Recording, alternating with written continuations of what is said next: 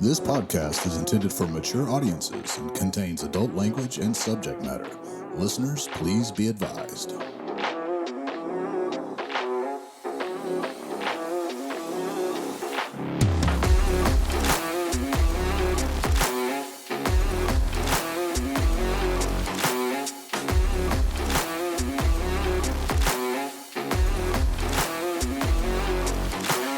Welcome back to another episode of Drinking with Your Ex. I am Bonnie Neal. And I am Blake Thompson, and we're got a great show for you. Oh, yes. This is a podcast that we do because Blake and I are exes who find ourselves both single and over 40 with real strong opinions about why both of us are still single and over 40. So and jokes, everyone. We have jokes about this as well. God, I'm fucking funny. So we decided to record a podcast in which to share those opinions with the entire world and also basically just to pick on each other in public. Never ceases to be fun, folks. All right, so our podcast, it has 3 rules. 3 rules. Rule number 1. Each podcast is inspired by a type of alcohol and or cocktail. Related to this week's subject. Yes, we used to say sponsored by, but until we're getting paid. No more sponsored by. No more sponsored by. But we're totally up for getting paid. No, if anybody wants to pay us, yeah, you can reach us at info@drinkingwithyourx.com. Totally. We love you.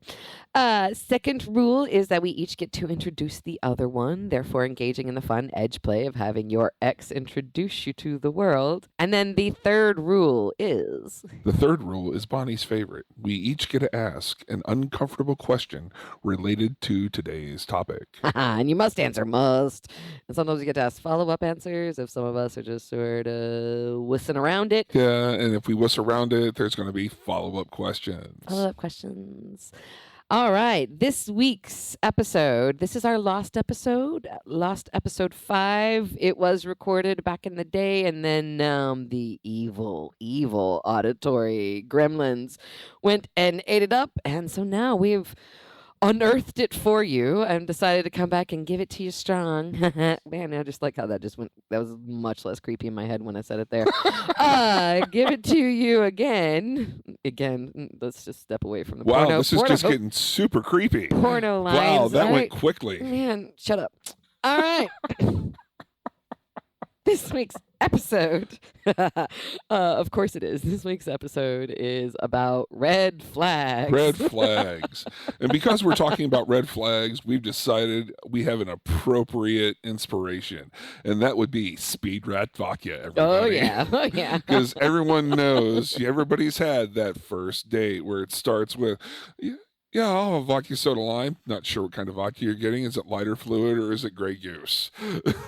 Or you just want something that's cheap that you can get out of there quickly with. I mean, anyway, around the Speed Rack Vodka is frankly the lubrication that makes all red flags seem to pass all the way by. You're like, no, I totally saw that red flag. I just thought it was a carnival.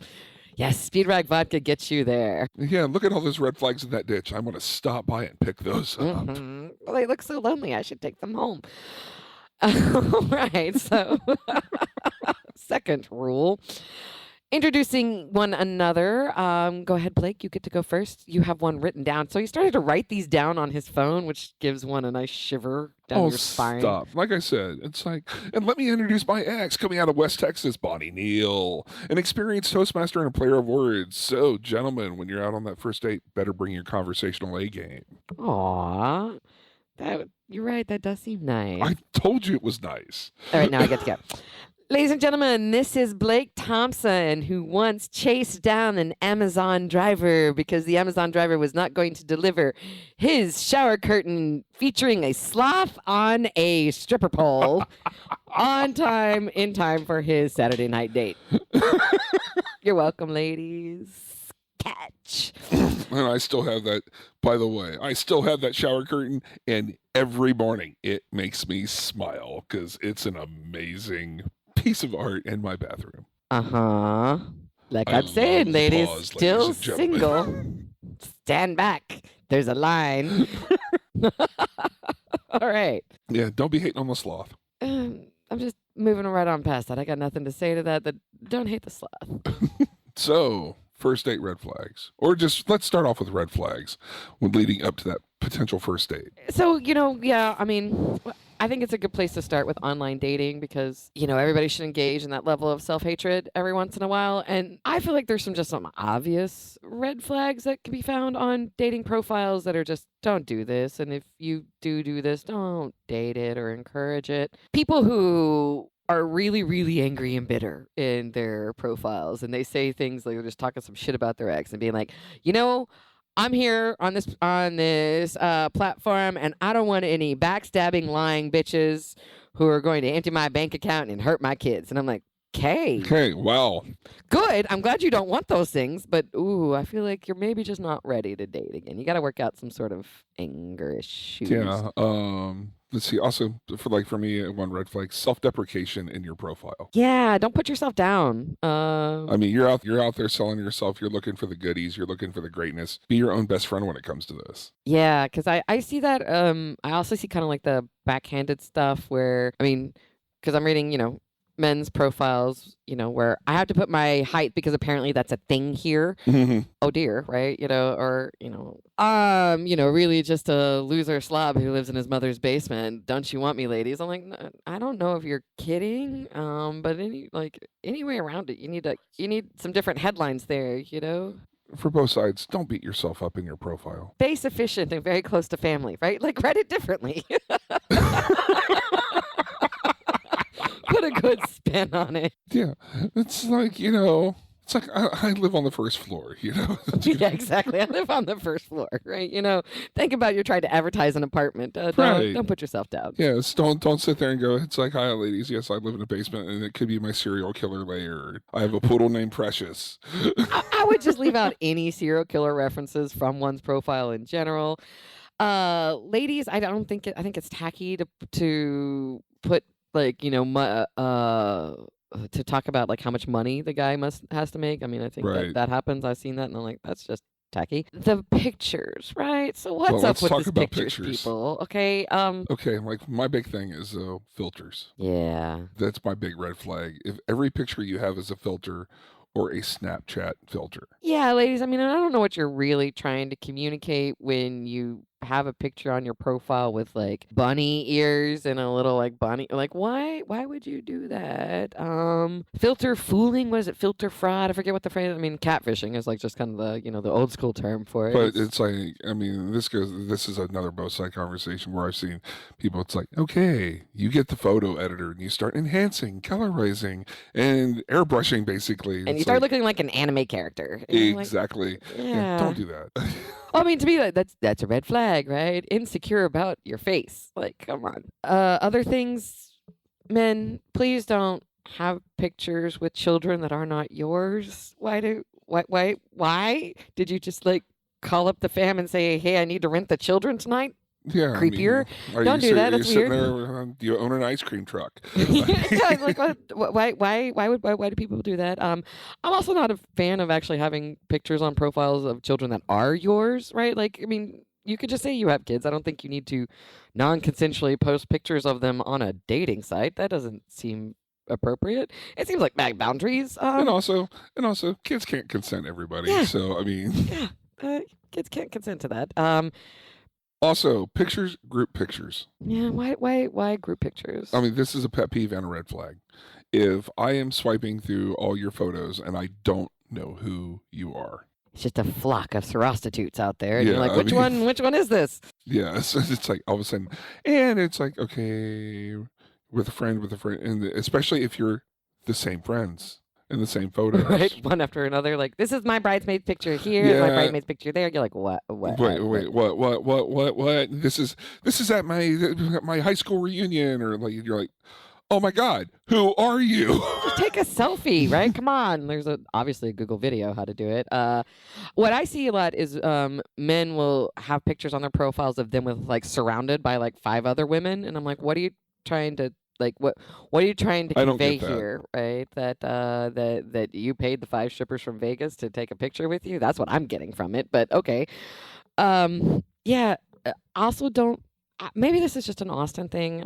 I don't see this as often in like when I'm on the dating app, say like in New York or California. But maybe it's an Austin thing where like men will have 8 pictures of them with their dog. Like, it's their dog, and that's all the profile's about. Like, me and my dog, we go hiking, we go jogging, we just do all these things. Look at him, he's so cute. Here's this little hat, and I'm like, I feel like this animal is your sole emotional connection to the world.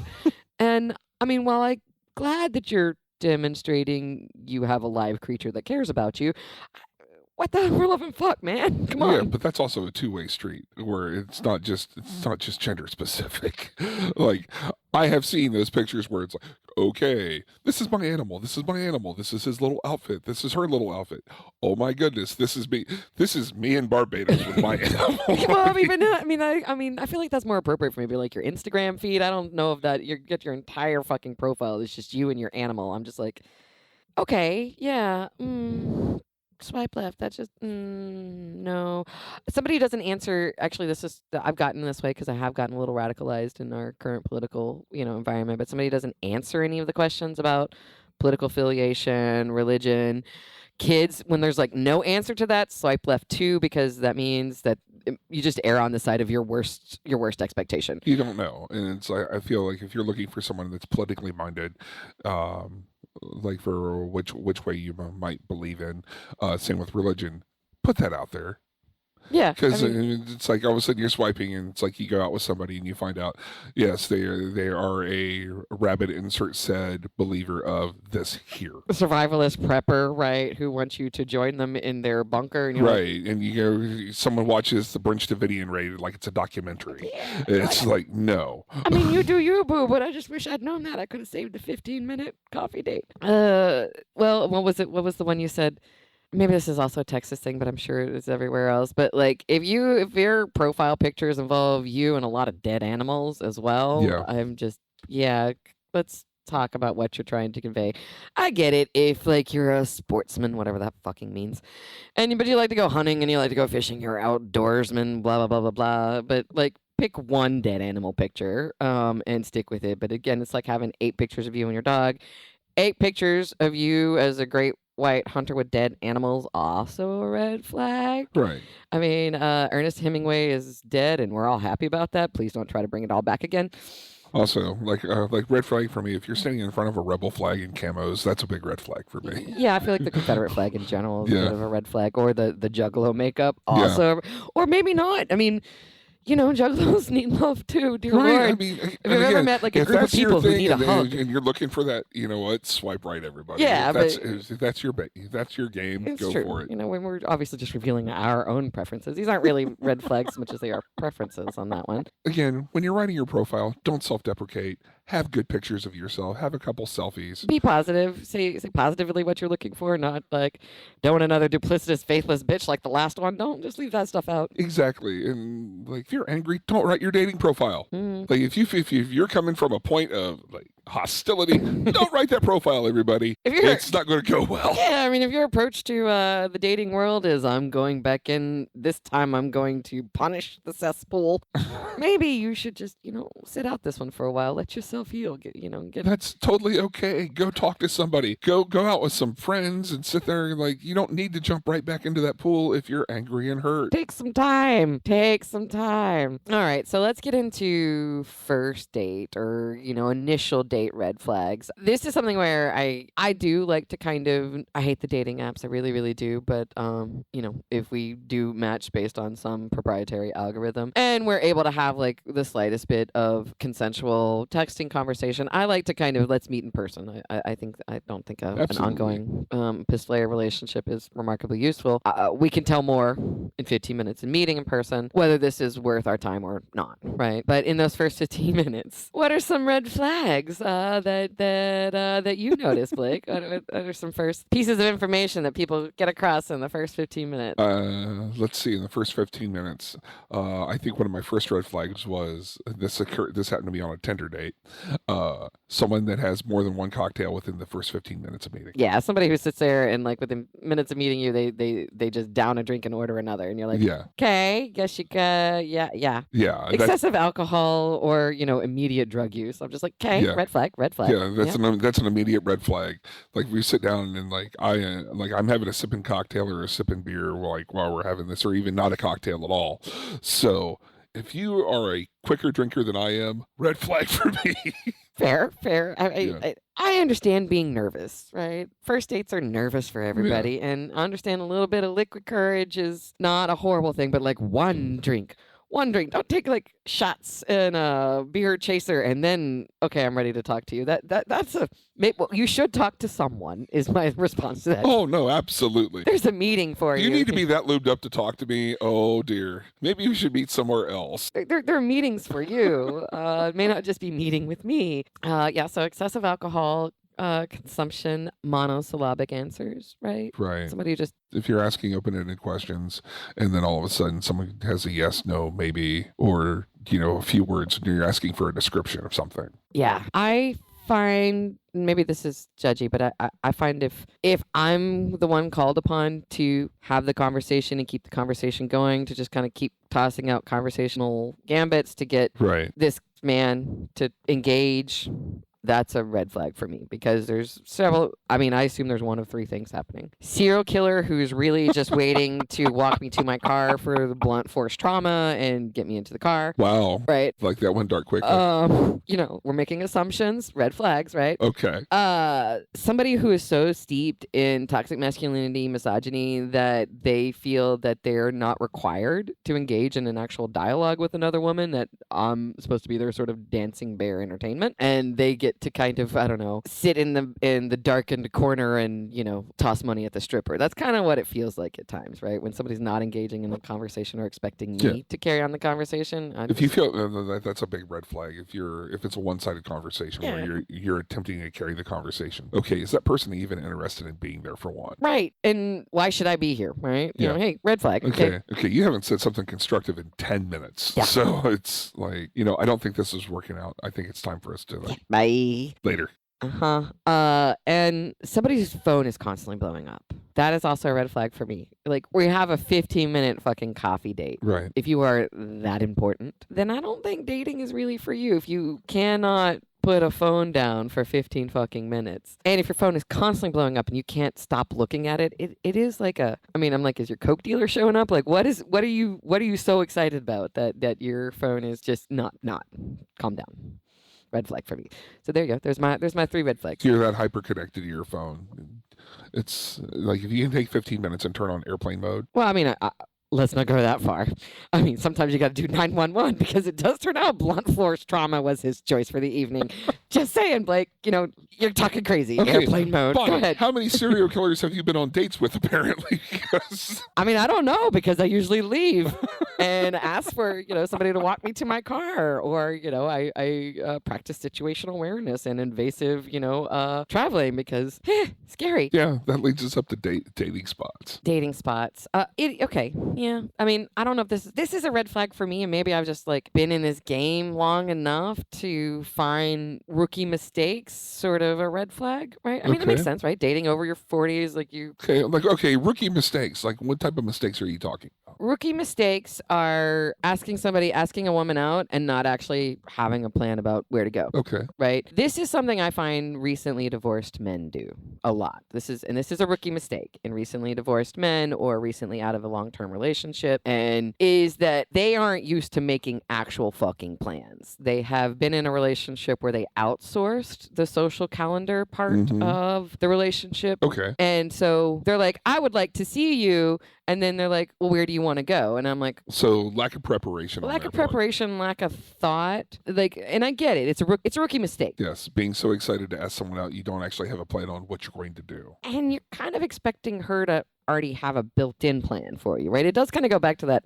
toxic masculinity, misogyny in your expectations of the woman to provide the emotional labor of making fucking plans, and it's just like, okay, I mean, you asked me, what do you want to take me to do, right? I've been the one being like, hey, this text conversation seems to be respectful and not wildly insulting. Let's give it a shot. How about a coffee date at this coffee shop at this time, right? Like, at least I have a plan. I have a proposal. The lack of plan and lack of proposal, and then the getting into the, I don't know, what do you want to do? I don't know, what do you want to do? Deeply unattractive, deep red flag, being like, I don't think you're quite ready for this, man. Get a fucking plan. Okay. Say they do have a plan. Uh-huh. Mine is when you make a suggestion, it's immediately shot down. Yes, that is also a thing, too. Where it's like you barely even get your plan out. It's like, oh, no, I don't want to do that. Right. That is also a red flag for me, because I see it when a man, like, shoots down my idea. I see that as, like, maybe we're suddenly in a dominance game, right? Some sort of dick swinging contest. And what do you think when a woman immediately shoots down your idea? I usually counter. It's like, okay, do you have a better option? Or if not, if it turns into that back and forth game, like, Right. what do you want to do?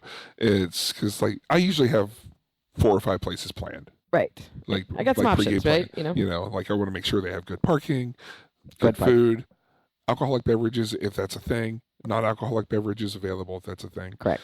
Like for all you Austin locals out there, like Buzzmill is one of my favorite places. It's actually a great date spot. I mean, not right now. It's in the middle of summer. Not right now with It's like being on 155-degree weather. Like being on a skillet, but in normal weather times, which are less summer. Right. And there's so many amazing locations that you could go to in Austin. But just have a freaking plan, and it doesn't have to be super complicated, but just have one.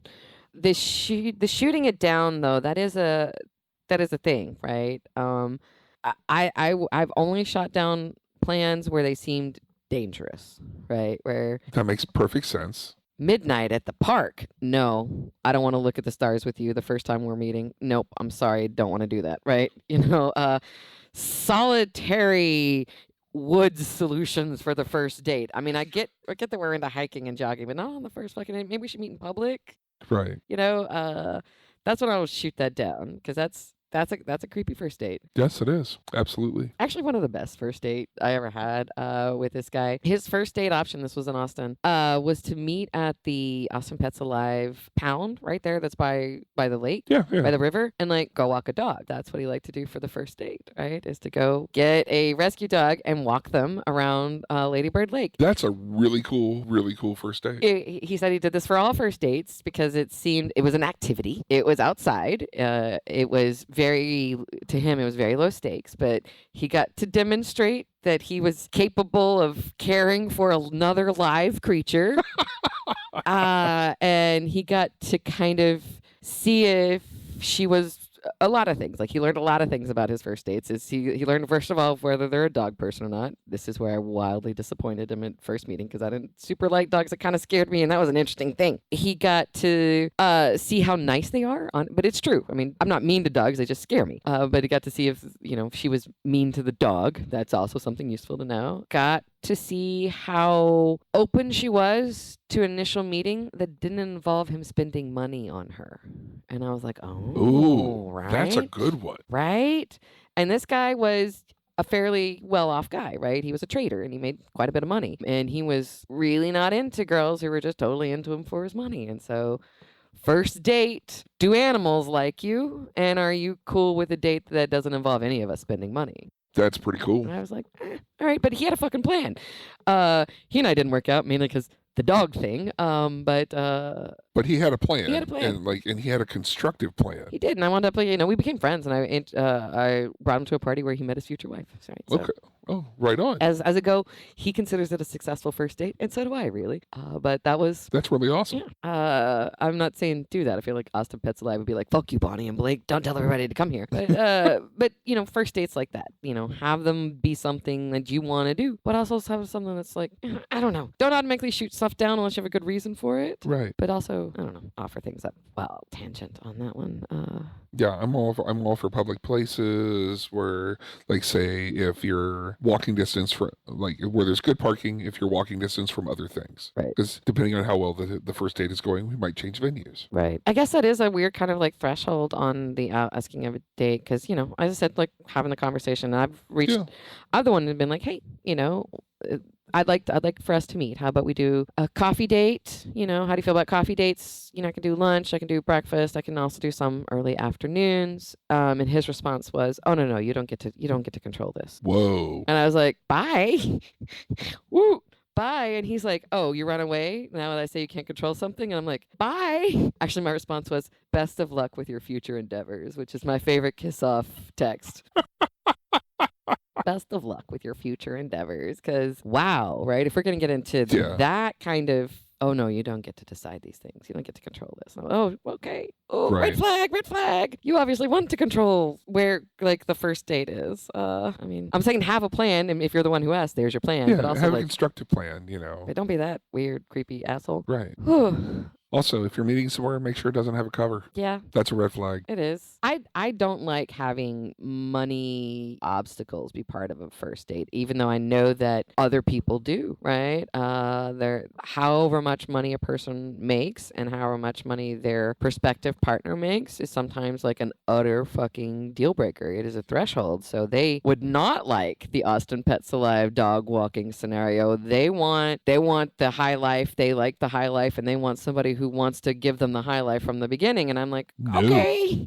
I mean, it's a thing. People like it. It's a thing. It's not my jam. But all right, but at least like have that up front, have that in your profile, even though I think you're saying I'm only looking for 6 figures in a man is not a way to get a lot of likes, but who knows, it is. I'm told like high status women are attractive. Okay. Negging is also, speaking of, negging is also a red flag. Just stop. Yeah, but also while you're out, how you treat the service people. That is a really good litmus test too. How somebody treats the service industry folk, how they treat the servers, the bartenders, the bouncers, the busboys, the food runners. How you treat everybody. If we're out in public at a restaurant and you're treating someone poorly, or you have wild expectations of how quickly things should occur in a restaurant, and you get progressively angrier and angrier, or you start, like it's a personal affront against your existence. Yeah, that's a huge red flag for me. Me too, because it's a sign of bullying, right? It's a sign of petty power plays, right? Petty little king of a petty little hill. You need the 16-year-old making minimum wage to worship you like their grandmaster. Stop it. Please. Scary. That's a quick red flag for me. Like if you're rude to the staff, it's like, no, we're not going to get along. Red flags. Okay, so what are red flags in initial meetings that your multiple degrees in therapy point out to you? Like, what is a red flag that you see in potential dates now that you learned was a red flag in therapy school? In therapy school, people that deflect questions, which prior to this conversation, Bonnie really pointed out that I do that as well. Oh yeah, I pointed out that Blake was like, I don't really have any red flags. I was like, well, I have a red flag. I mean, there's one red flag that I know you do that I'm like, mistrust that. But if you're asking someone an open-ended question and they don't have a descriptive answer for you, or what they do is they deflect the answer back to you, right? Being like, oh, that's a really good question. What do you think? Mm-hmm. Yes, like deflection. Body language is a big one for me. What does that mean? Where watching somebody, like, are they fidgety? Are they nervous? You can tell. It's like what they're doing with their hands, what they're doing with their feet. Like if you're sitting at a table and their leg is going 90 miles an hour and the table is vibrating. Yeah. What does that usually mean? That kind of, anxiety, right? Anxiety, nervousness, what have you. Non-committal answers. Yeah. As well. Give me an example of a non-committal answer. It's like when you just said, it's like, that's a good question. What do you think? So that's deflection. Yeah, deflection. But when you ask someone a direct question and they dance all around that question. So you do that a lot. You know that, right? I know. We actually have like recorded evidence. Yes, we have recorded evidence, ladies and gentlemen. Bonnie has pointed this out to me quite a bit as of recent. Just saying. But yes. I agree that is a red flag. That's a big red flag. Eye contact's a big one for me. Really? Yeah. Okay. Where I'm not forcing like perpetual eye contact through the entire thing, but like if you're looking every other way to avoid any type of eye contact with an individual, that's a red flag for me. Okay. I mean, I've dated and friends with several men who are neurodivergent. Mm-hmm. And so eye contact is not something that they're proficient with or enjoy. Right? So it's not totally a deal breaker for me. But I kind of do need that kind of heads up on it. That's a hard thing to. I agree that requires a lot of like gymnastics on first meeting to diagnose and understand. Right. And if someone says, it's like I don't do eye contact well, just want to let you know, but I am paying full attention to you. Have you ever dated a neurodivergent woman? I have not. Okay. They tend to be very much more forcibly socialized. And interesting. Yeah. Eye contact. I guess I'm also sensitive to the eye contact. We were talking about it it, right? It's we were just going through all of the red flags about Blake, guys. So let's just go on so through like, so just to let you know, Yeah. prior to this podcast that we are currently recording, I was picked apart rather spectacularly. So because we were listening to the lost recording and listening to how Blake being like, I don't have any red flags. I was like, oh, challenge accepted. I've got a list. but ladies and gentlemen, I do have red flags. Well, and he does do the deflection thing. I mean, I do it as well, right? This is having a conversation with somebody where you are the only one talking or they're the only one talking is Yes. generally a red flag. I have known a lot of law enforcement. I've worked with a lot of former military. I have worked with a lot of trained interrogators, and it is a form of interrogation, right? Is to keep the conversation going to the person as the person keeps talking about themselves and you never actually answer or offer anything. So for me, a red flag is deflection, mainly because I do it myself, right? And so when I'm with a man who won't answer a question directly but keeps kind of turning it back on me, I'm like, all right, white boy, which is also something Blake does. Well, as Bonnie likes to put it, it's like, yes, you're a trained manipulator of minds. Right. You had many jobs where that was your sole purpose. True, and you were, therapist, which means you have multiple degrees in it. So yeah, that's red flag. Eye contact. This is also something comes from being around a lot of law enforcement as well. Is but also kind of hard to get used to. Blake is kind of constantly scanning the room, right? Wants to sit with his back to a door or back to a wall. And is kind of constantly always watching the room and watching where people. He knows when people get up and leave, and he's always doing that. Yeah, that's sometimes a little hard to take on a first date, right? It doesn't bother me because I don't always register it as an insult, but I do know several female friends of mine who would slap you and leave because they perceive that behavior as you constantly scanning the crowd for a better deal. They see that as better dealing, right? You're just looking for a prettier girl, a skinnier girl, a younger girl. They see that as an insult to them, right? And I can totally understand that. It's something I think you perhaps need to explain that you do during a first date. But yeah, that was one of your red flags. One of my red flags, Blake, in a first date. Well, again, much like Bonnie liked to call me out, her deflections, where she likes to control the conversation. Control is such a strong word. Guide, keep it going. I don't know. Direct. Support, encourage. Where it does turn into a term of light interrogation. Light interrogation, light bondage. I've mellowed. Yes, she has mellowed, ladies and gentlemen. Bring your safe word. All right, if you have to disclose your safe word in the initial first 15-minute conversation, perhaps that's also a red flag, unless that's what the first 15 minutes of conversation is about. Mm-hmm. Well, I mean, if this is in your profile, it's like if someone's asking, do you have a safe word? Yeah, mango sherbet, and you answer that quickly. It's like, is it a red flag? Is it not a red flag? It depends on how the context of that question comes up, but yes.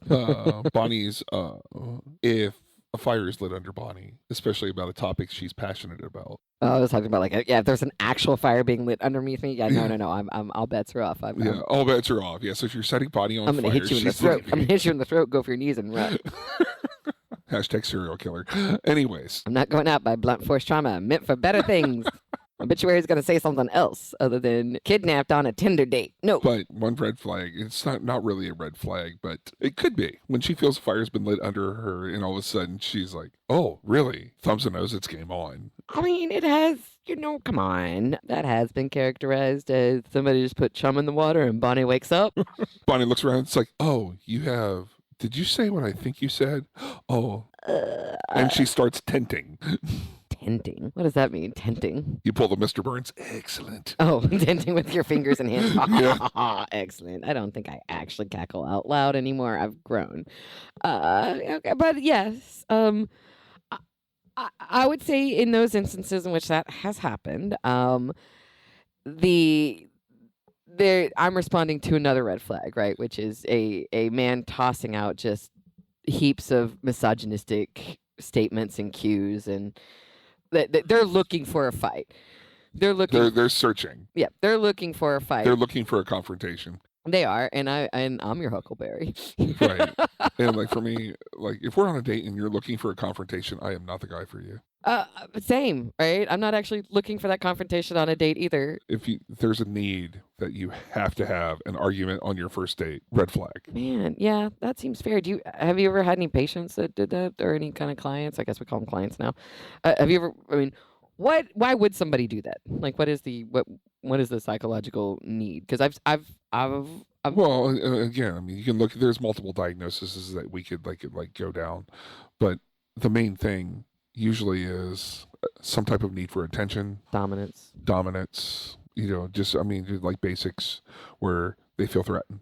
Okay, so it comes from a place of fear. It's a fear behavior. Fear, anxiety. Fight or flight kicks in. Well, okay. That allows me some level of compassion for that behavior, right? Because, apparently first dates are nervous-making. They're scary. Well, I mean, like first date's an interview. I mean, when you're going out on a first date, you already know that this is going to be nerve-wracking. Well, and it's a 50-50 shot, right? It's either going to go well or it's going to be rejection. And rejection is also scary. And it also depends on that first date. Depends on many things. Was this a setup? Was this a Tinder date? Was this... So the context of it, the stakes context, of it? Okay. Yeah. Interesting. Okay. I mean, I've been told that is the appeal behind online dating is that the stakes seem a lot lower, which means you can kind of maybe be more direct and be like, nope, not into this, right? But I also think it also means that people kind of get to be a lot shittier to each other, right? I mean, I really think best of luck with your future endeavors is quite polite. And I don't want to talk to you anymore. But online dating does seem to kind of lower the stakes a little bit, right? Meeting a stranger. We're having that conversation like you talked about. What's the difference between creepy and serial killer, or creepy and stalker? Well, and I wonder if we can maybe develop this idea better for its own topic, right? Because I do think that this can be gendered. And if we're gonna we are talking about the cis heteronormative world, dating world. That I know that there are that men tend to get called creepy, right? And that women tend to get called crazy, right? And in some ways that is all in the eye of the beholder. But I do exactly. But I also do think there are some specific behaviors that inspire both of those adjectives. Right. Like if I'm out on a first date and within the first 15 to 20 minutes there's an accelerated amount of intimacy. Yes. That creeps that's a red flag for me, just because I think, okay, we don't know each other that well yet. And you're going to basically tell me your entire life story on this within 15 minutes of meeting you. Yes. All right. Just because I have a memory like an elephant, I'm going to point out that is in direct contradiction to something you said about the first dates, because you were talking about, only murders in the building, right? And that moment between Steve Martin and his date where she basically just kind of lays out her life story and he panics and folds and then comes back, and then like their romantic moment is him coming back to her door and like telling his life story. Again, not a life story, just an incident. But if you're sitting there giving out multiple incidents and all of a sudden it's like, oh, it's like hi, or like touching. The touching. Really, please ask before you touch. Yeah, I mean, like consent. But so that kind of want you to be a little bit more precise. I'm trying to understand, because you accelerated intimacy in a first date is a red flag, but perhaps what that only murders in the building moment was not so much accelerated intimacy so much as it was a moment of vulnerability, right? And that's there's a difference between showing a moment of vulnerability where you're sharing something. Like if you're in the middle of a conversation and the conversation leads to a specific topic where, okay, and you expose a piece of yourself, where that's a moment of vulnerability. That's not accelerated intimacy where like all of a sudden it's like, oh my God, we've known each other all our lives already. I agree. There is a difference, but there's that's a weird kind of, because this is where I become a queen of deflection, right? Because I'm not, I sometimes can be, a live version of, word association Jerry Springer episode, right? That you kind of just toss out topics, and I really probably have a horrific story to go with that particular topic, but I don't know if that's right. I know actually that that's never right to bring up in a first date. So I've always been trying to figure out like what is the correct level of honesty about me and my life and experiences within the first date context. And so that's the reason I sometimes be like, oh, that's a great question. What do you think? I tend to be, And then all of a sudden, there's the deflection. And yeah, you're like, because it usually is sometimes innocuous, or, what do you like to do with your parents? Oh, shop for third-rate nursing homes with low safety ratings. right, What? right. But that's a conversation stopper. That's gonna take us down a dark road. Where I'm like, oh, we're not really. Basically, usually I deflect and say, Yeah. we're not really close. What about you? Are you close with your folks? Do you guys do like a big holiday thing, right? I deflected and be like, well, why don't you tell me? You're asking a family question, which means family's probably important to you, right? So I just go back and say like, well, you tell me your important family stories, and because I don't really know kind of how to bring my hills have eyes fucked up family stories into a conversation. Never. We just talked about Yeah. like in our previous episode of toxic exes. Yeah, and so, but that's a line I think where crazy, Mm-hmm. gets tossed around with women, and that I don't know if it's necessarily accelerated intimacy so much as it is sort of a desire for honesty. But then you're also kind of like, what's the gauge of it? What's the appropriate? I don't know how to like gauge appropriateness on it, and so I tend to sort of like defer to. I'm a slow burn. It takes years to get to know me. Let's talk about you. Yeah, and I think it depends on the moment where like where your conversation is leading you, where you can have that moment of vulnerability. But if all of a sudden they're leaning in and have the doe eyes on, Okay.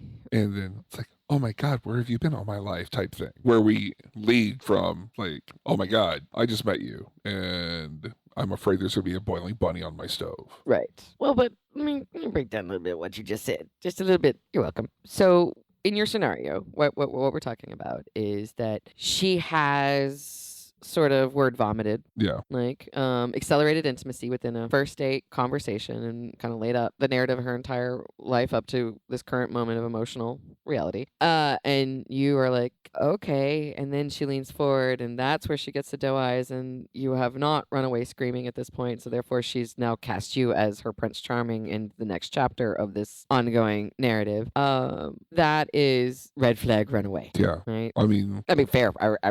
Yep, respect. Word. Yeah, I mean that's like if all of a sudden it's like you're looking at me, and again, there's like you can actually see, and you see it. You see all objectivity like leave the eyes, and you realize, oh, this is going faster than I ever expected it would go. Yes. Why do you think that is? Like, I've seen it with it's not gendered. It's not exclusively gendered. I've seen men do this as well, especially. Oh no, this isn't gendered at all. I mean, especially if we got into the end of a 30-minute happy hour, and they've just talked nonstop about themselves, and they've decided you're the best date ever. I'm having so much fun. And I'm like, well, of course you are. You've just talked about yourself nonstop for 30 minutes. But they do kind of be like, oh, well, you're what I've always been looking for. Dream Weavers playing in the background, like this and. That idea that like, oh, this is great. How do you feel about going to going on vacation next weekend? And how do you feel about dogs? I'm moving in, and they're like, yeah, it's like I have toothbrushes. Slow this I down. also have an overnight bag in my car. Or you fit in perfectly. Can you come to me at my sister's wedding next week? Oh God, yeah. No. Accelerated intimacy, which means also kind of like accelerated dreams, right? Accelerated.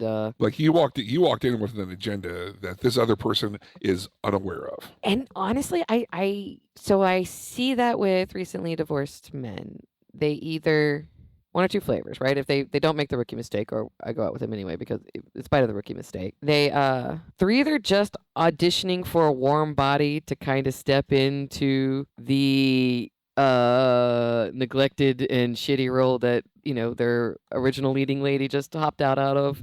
Right? They're on a date because they miss sleeping in the bed next to somebody. They miss having somebody plan their social calendar, right? Because they realize like once their wife left, they don't actually have fucking friends because they've not actually had to maintain a friendship in 10-15 years since they married their wife. No, or they did not cultivate fresh friendships, right? And so they're basically just kind of they're kind of wanting a secretary, right? They're kind of hiring back a secretary housekeeper, and they tend to rush to the intimacy, right? They're the ones who tend to like confess everything that just happened in their divorce. Yeah, like if you're coming out from a recent breakup or a recent divorce, give yourself time. Yeah. This is Blake talking, not the therapist talking. Give yourself some time. Yeah, so that is the kind of, back away slowly red flag, being like, you're not ready for a relationship with an actual human. Exactly. Because the last actual human you were in a relationship with fled, and you're not quite aware or don't want to be aware about why that happened. You just kind of want to go back to, your paint by numbers life. No, going away. Or divorced men are really slow. Like, they're glacially fucking slow. And I kind of respect that. They're like, I'm not looking to get married again anytime soon, right? But if you're going through a divorce, be honest. Well, yeah, I mean, what's the point of lying? But, hey, I don't mind being training wheels, right? I don't mind being the first or second date you've gone on. Like, I have great sympathy for recently divorced humans. I know that, but also kind of, I'm not. Anyway, okay. Where are we going on this? I missed it. Like red flags, accelerated intimacy. Accelerated intimacy. Is there a therapy word for that? I mean, I know therapists have this where, like, first session, the patient comes in and just sort of like. Do you mean like word vomits? Like conversation vomits on you? Yeah, conversation vomits on you. Yeah. They come in and. What's a therapy word for that? What's a therapy word for it? It's not really a therapy word for that. I mean, fine. Keep your secret handshakes and words. Well, it's someone who walks in and they just word vomit on you. It's like you have an individual that was looking for a connection to get out all the stuff in the bucket in their head. Okay. Like they just walk out and with a 5-gallon bucket and throw it at you. Right. I mean, it's a word vomit. It's also it's a power play too, right? It's a manipulation tactic, even if it's perhaps not a conscious one. Dominating a conversation that way by what appears to be vulnerability, but also seems to be kind of like controlling and dominating vulnerability, right? It's vulnerability with a purpose because it's wanting to elicit sympathy, right? Right. It's wanting to elicit allies, right? It's a co-opting behavior, right? Am I perceiving that correctly? A little bit, but also, like in a therapist setting, I'm expecting someone to come in and word vomit on me. Right, part of the gig. Yeah, because it's like I read their files, I interview them before, like we sit down with a session. It's what if they do that during the initial interview? Well, let's see if we're a good fit. See if there's chemistry. Yeah, like I explain my therapeutic dynamic that I utilize during sessions. Okay. And basically, like I give them, a 30-minute freebie. Oh, okay. Where it's like, here, you get a test drive me, like as your therapist. That's how I work. Okay, not how everybody works, but I get it. Okay. Well, because one, it's like I know the stress of shopping for a therapist. Yes. And it's daunting. Yes.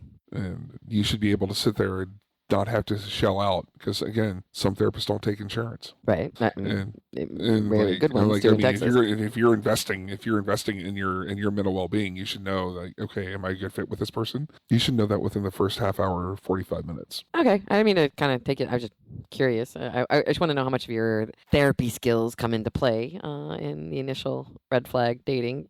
Narcissistic behavior.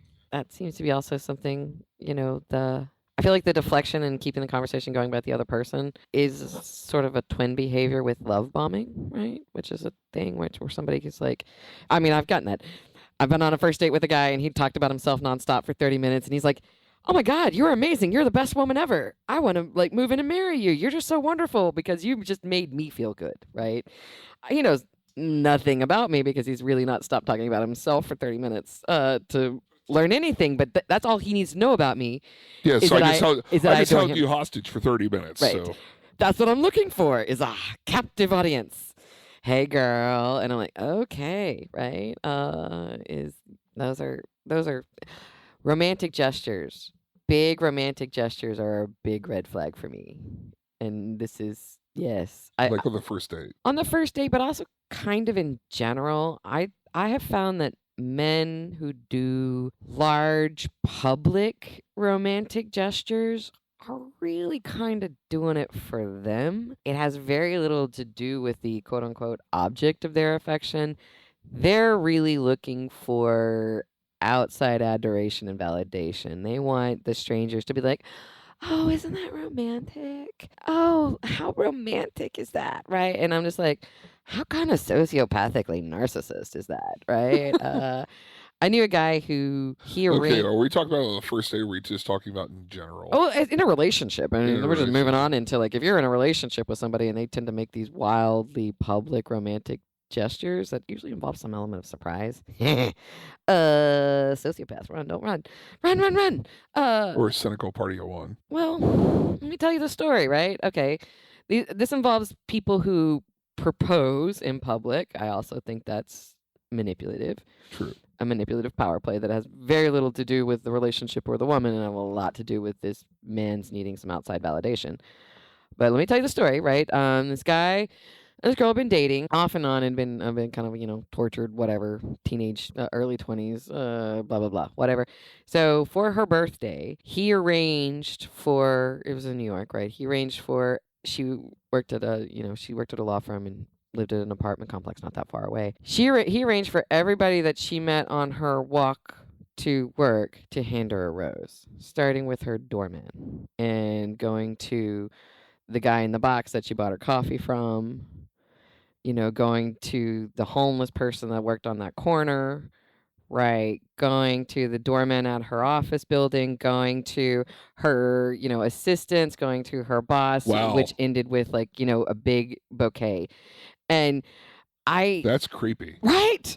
That was my take from it. I'm sorry. No, that's super creepy to me. He was so proud of himself, so fucking proud of himself. He just put on a goddamn musical of Cats all by himself, right? He was so proud of himself, and she was smiling because this is the stuff romantic comedy movies are made of, right?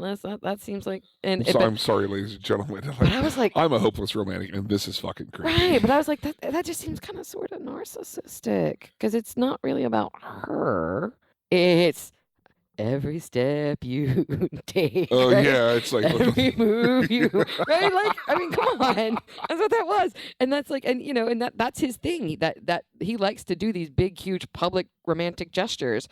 And I'm just like, See, I'm thinking about a one stop, but the fact that he went into each one of these individuals and convinced them that's. Yeah. I mean, it's something you could talk New Yorkers into, especially like that, because they all think they're in their own movie.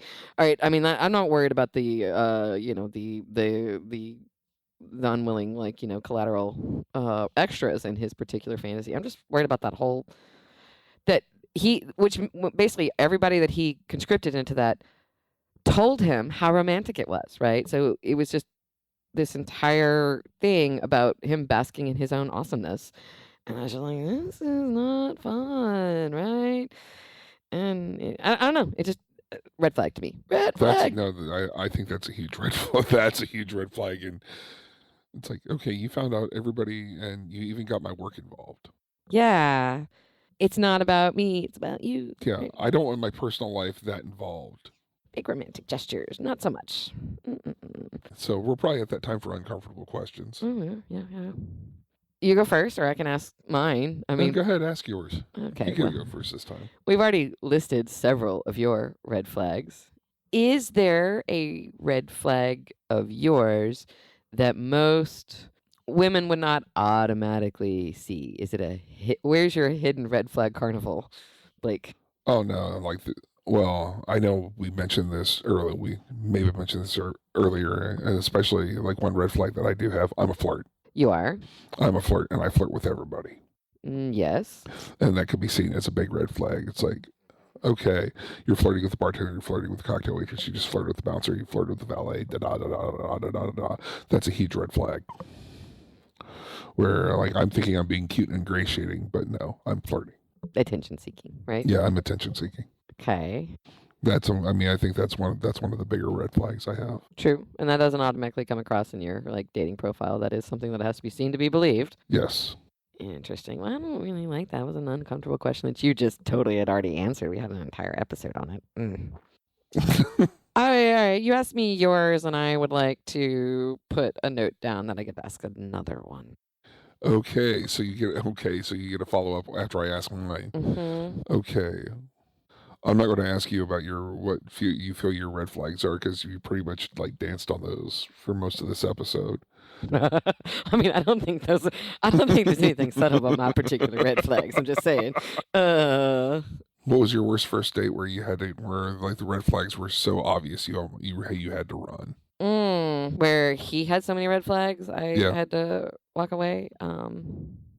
I don't think any of these are huge. They're just ones that I'm like, and nope, hopping Okay. out of this. There was this What was your top one? the top one I did is where okay, so yes, this is maybe I don't know if we got back to this one of the deal breakers, right? This one just seems obvious, right? But this was actually our third date. And we had liked each other and, agreed to go on third date. This guy definitely had an awesome first date plan. It involved us going to like an improv show and it was awesome. We had a blast. We laughed. We got to learn each other's kind of sense of humor in a non-threatening environment. And then went and had like dinner and drinks. It was great. Second date, similar. I think we went to just like a gallery and looked at stuff and then, dinner and drinks. Third date, just straight drinks and then dinner. And that is when he said he needed me to know this about him before we went any further. And I'm like, okay.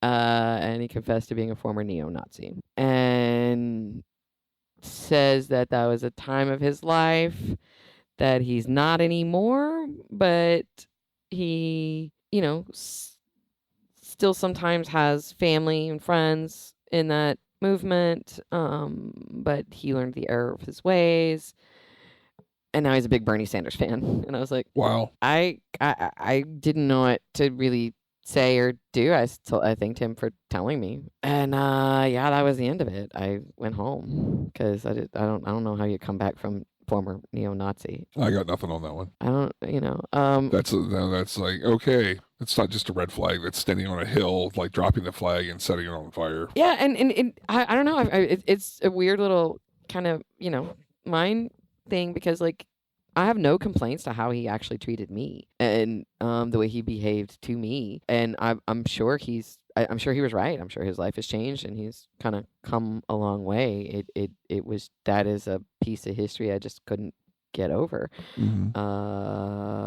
That's a real intent. I remember I was like, I don't really know how you can say you were really into a movement that denied people were human beings, and now you're better now because you're willing to admit that they may just be human beings.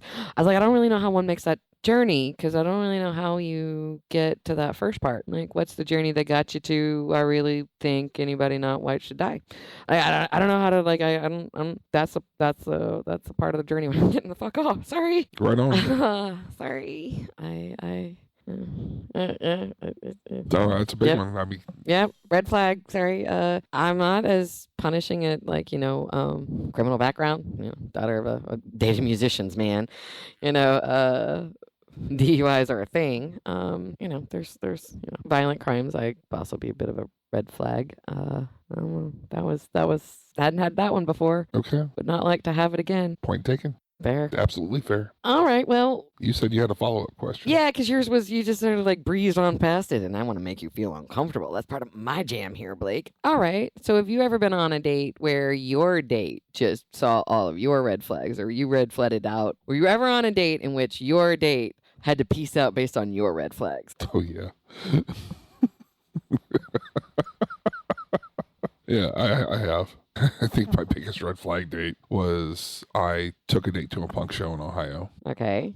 And it was a little bit rambunctious. Shocking. It's a punk show in Ohio. It's a punk show in Ohio, and she was wholesome. I mean, you have a smug little smile on your face when you say the word wholesome. I'm going to need more contextual adjectives. No, it's like she never experienced anything like that before. And she got to meet a lot of... Like a punk show? Like a bar? Like a concert? Like tattoos? What are you... I mean, use your words. I need more... I'm getting there. All right, fine. Jesus. I mean, hand puppets are not... No, I took her to a show where she met a bunch of people I knew that also, like from our previous episode, as we talked about toxic friends, where she got to meet a lot of my toxic friends that were intoxicated and or impaired. Okay. And at the time, I would probably say that this is where I spent a large amount of time with your toxic friends who are at punk shows in Ohio. Okay. Yeah. And she saw that and found that very uncomfortable. Fair. Thought the date site was a poor choice. Correct. Thought the people I surrounded myself were poor choices. Judgment call, but I trust your judgment. No, I completely understand. And coincidence, it's like, after we were home, this is a terrible place, and asked me to take her home. I apologized, and I got a lot of silence on the way home. But again, at the time, I would say I was juvenile. Yeah. Why did you take her there? What was the thought process behind it? She had never seen anything like that before, and she said she would like to go to one. And then she realized it was not her scene. Okay, so you didn't take her there against her will. There was okay. I didn't take her there against her will, but It wasn't a surprise. You're But- gonna love this. I hate but it was a that. surprise. All of a sudden, you're seeing people you've never seen before. Like I exposed her to an underbelly of something that she had never experienced. Okay, why didn't you try to talk her out of that? But you maybe enjoyed showing her that particular. I was having too good of a time in showing her this type of place because it was one of my favorite places. But And it also was kind of guaranteed to shock her, and you kind of enjoyed her discomfort. absolutely, Got it. yeah. So like I showed all my immature, childish red flags. Were you trying to get her to run away? Were you trying to get her to leave? No, actually not. Did that shock you? That she was like, and done? I was shocked that she wanted to go so quickly Really? because she asked to see this. Okay. She asked to see this, and like if you ever been to an outdoor concert or whatnot, but if you've been to like this small venue out in the middle of nowhere, it's just I mean, I've seen Roadhouse, so I assume it's something similar, right? And I mean, that's what I'm imagining. You're taking her literally to kind of like a Roadhouse Yeah. venue, right? a roadhouse venue. Right, with the broken glass and the Broken chicken glass, wire. chicken wire on the stage, the whole nine. All right, okay, that's what I thought that this was something totally normal for my lifestyle, and I took someone that was not prepared for it. And hindsight 2020, I should have tried to talk her out of it, and I did not. Or maybe there were more introductory steps, but it does seem like you put her in a dangerous place that she wasn't aware was dangerous. I agree. Yeah, interesting story. So the red flags there were Let's see, red flag there from that there's experience. a bit of a dare. You have there was a dare to it. You had dared her, right? Like, Yeah, there was a dare to it, lack of consideration from me. it's a bit of a dominance move. Yeah. Right. I'm more worldly than you. I got something that'll really make you fly, right? Yeah. Little Keith or Sutherland Lost Boys seduction there, right? Dominance move. Yeah, and then, like I mean, and the place was again. Scary, dangerous, and you were showing that you liked it there, Yes. which means you're kind of showing her that you were scary and dangerous. And she said that she liked it. Well, hey, this is what it really is. Are you sure you weren't trying to make her to leave? I don't know. I don't know. Hmm. Part of me, I think, a part of me would say yes, just because one, it was. I wouldn't want to. I would say she was a little bit more sheltered, and I took advantage of that. That's a big red flag. Yeah. That's a huge red flag. Yeah. So is that uncomfortable enough for you? That's pretty fucking uncomfortable. You seem really unhappy with me, so I feel like my work here is done. Yeah, no, that's really uncomfortable. It's like you're something. It's just like, yeah, I do remember vividly, and if she's listening, I do thoroughly would like to apologize to her one day. Yeah. All right. Well, now those are fun, and our red flags is. I record a podcast with my ex in which I basically make him walk down amnesia lane and revealing all of his worst traits. Is that a red flag? Nah. Part of what makes me attractive. You're welcome. We love you guys. Thanks for tuning in for Thank you for everybody that comes in and listens to us rant and rave. For our emotional vivisection. It's so much fun. No, but really, I mean, honestly, this podcast, we are going to wrap up our first season, first 15, and it's just been phenomenal. Thank you guys so much, and keep listening, keep sharing, and honestly, keep sending in questions and ideas for our podcast. info@drinkingwithyourx.com, and, Twitter, Instagram, subscribe, share, tell all your friends. All right, guys, I am Bonnie Neal. I am Blake Thompson. It's time for that refill.